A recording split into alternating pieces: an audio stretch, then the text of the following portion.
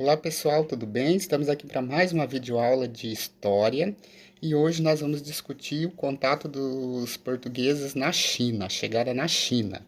Isso na página 25 do livro didático de vocês. Então lá na página 25, a primeira imagem que a gente depara é a grande construção, né, que é a famosa Muralha da China. Ela foi construída em vários períodos da história chinesa e o objetivo dela, na verdade, era porque os chineses se achavam melhores do que os outros povos, principalmente os povos ao norte, que eram os mongóis, que eram considerados para eles povos atrasados, e eles tinham medo desse contato cultural com esses povos e a sociedade chinesa perder aquilo que ela prezava tanto, que era a qualidade de ser uma sociedade mais desenvolvida. Eles achavam que o contato com outros povos podiam atrasar a cultura deles. Então foi um dos objetivos com que eles criaram a Muralha da China. E tanto ela foi criada em vários períodos, porque o processo de construção dela demorou séculos, e além disso, né, foi utilizado o material existente em cada região. Então você vai ver que ela não, ela, por ela ser contínua, mas ao mesmo tempo ela cerca a região norte e ela é produzida com vários materiais e com uma arquitetura diferente para cada região, certo? Então em 1513 os portugueses chegaram à China e de impacto eles já ficaram impressionados, diferentemente de quando eles chegaram na Índia, né, que eles não se impressionaram tanto, a não ser com a quantidade de produtos que eles tinham para oferecer, mas na China essa impressão ainda foi muito maior, devido à questão do poderio militar chinês. Então, tudo aquilo que foi feito na Índia, né, que foram aprisionados navios, dizem até que se colocou fogo com um navio que ia para o Oriente, né, com toda a tripulação dentro, que foi feita muita violência contra os tripulantes do navio para poder exigir que o Samorim estabelecesse comércio com Portugal. Essa possibilidade na China não existia, porque a China tinha uma força militar muito maior em relação à força militar portuguesa, né? Então, de certa forma, eles tentaram por outra via, né, que foi a via da diplomacia. Mas mesmo assim, não se teve muitos resultados. Então, como que foi estabelecido esse comércio? Já que não podia exigir através da força militar, então, e também não conseguiram um contato de amizade para estreitar esses laços econômicos, então eles praticavam o comércio clandestino, oferecendo aos comerciantes no porto o que eles precisavam, que não tinha lá na região, e em troca eles recebiam os produtos que vinham daquela região, tá? E a cultura chinesa já era muito desenvolvida. Eles já tinham papel, a impressão em blocos de madeira, a construção de canais navegáveis, da pólvora, né, que foi uma mistura de vários minerais e elementos, buscando-se um elixir da longevidade, da longa vida, né, que eles acabaram descobrindo esse produto que mais tarde foi implementado pelos ingleses e virou a pólvora e foi utilizado também nos canhões, que deu um poderio de guerra muito grande e que os portugueses já conheciam esse tipo de armamento, certo? E era utilizado nos navios, o que dava um grande poder militar aos navios portugueses, mesmo que fossem navios mais lerdos, com capacidade de transporte reduzidas e também mais frágeis, mas eles tinham a possibilidade de acertar um alvo à distância com os canhões e afundar o navio sem um confronto direto. Então vamos lá. A Índia também já tinha a escova, a pasta de dente, o papel higiênico, inseticida, fósforo, cartas de baralho, papel moeda. Alguns exemplos do que você podia pegar na China, além da seda, que era muito visada pelos portugueses. Tá. Então se estabeleceu esse comércio, né? E esses produtos foram levados para a Europa e os portugueses ganharam muito dinheiro com esse comércio clandestino. Agora, por que comércio clandestino? Já que não estabeleceu amizade, então eles levavam um produto que os chineses queriam muito, que era muito escasso na China, que era prata. Os portugueses também não tinham prata, né? Porque no Brasil não tinha grandes minas de prata. E sem falar que nesse período ainda eles também não tinham chegado ao Brasil ainda.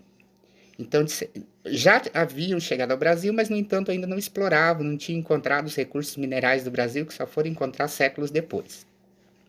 Então essa prata vinha de uma região da Alemanha, onde os portugueses compravam e levavam até os portos da China e lá trocava de forma clandestina com os comerciantes chineses por produtos que interessavam eles lá na China.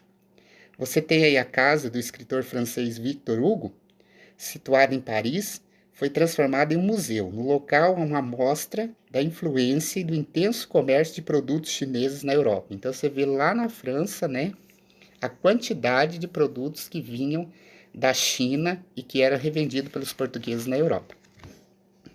Outra coisa, pessoal, a respeito da prata, então era um passaporte para esse comércio, porque era um produto que era muito escasso e como a China tinha adaptado o dinheiro de papel para o dinheiro para a moeda era cunhada em prata. Então sempre tinha mercado para o comércio da prata. E era um chamariz para que os portugueses desenvolvessem esse comércio. Além da prata, né, que era que eles conseguiam os produtos luxuosos, eles também precisavam da seda lá, então conseguia comprar a seda, a porcelana fina, isso principalmente que era no período da dinastia Ming, né, que desenvolveu um grande conhecimento na porcelana, a pólvora, alguns temperos e o ópio, né, que hoje é uma substância retirada da papoula e é usada para medicamentos, que provoca uma sonolência e uma analgesia. O almíscar, né, que é extraído do abdômen dos cervos e processado no Cantão, na região norte da China. Usado na fabricação de perfumes também era era um produto que era muito visado pelos portugueses, tá? Só que em 1555 acabou se estabelecendo uma certa relação de amizade com a China e o governo português estabeleceu um forte lá na região de Macau, que até hoje, né, tem uma influência muito grande da cultura portuguesa naquela região. E eles construíram um forte com um portão e lá nesse portão eles escreveram: temam nossa grandeza e respeitem nossa virtude. Tá? É uma forma de impressionar a cultura chinesa. Sobre a questão dos navios, os portugueses também se impressionaram porque os navios de junco feitos pelos os chineses, eles eram muito grandes, tinham várias cabines e eram muito rápidos e podiam transportar muitas pessoas e produtos. Enquanto as galetas de uma vela só portuguesa e as naus eram, por exemplo, as galetas eram pequenas, mas mais resistentes, mas pouco rápidas, né? Desenvolviam uma velocidade muito pequena, até porque tinha uma vela só. E a vela era a força, né? A fonte de energia era o vento. As naus já eram maiores, mais rápidas, mas no entanto eram frágeis. E os juncos chineses, os navios chineses eram extensos, tinham até 60 metros de comprimento com várias cabines, né? Aqui no texto descreve que tinha mais de 50 cabines um navio. Porém, os navios chineses, em questão de guerras, eles eram muito fracos, porque eles não eram equipados com canhões como os navios portugueses. Então, numa guerra, os navios chineses tinham que se aproximar e fazer um contato direto. E os navios portugueses já conseguiam abater eles numa distância maior. Mas em questão de tecnologia, de tamanho, de velocidade, de suportar o volume de cargos, a tecnologia marítima japonesa era bem mais desenvolvida. Quanto à questão do pioneirismo, né?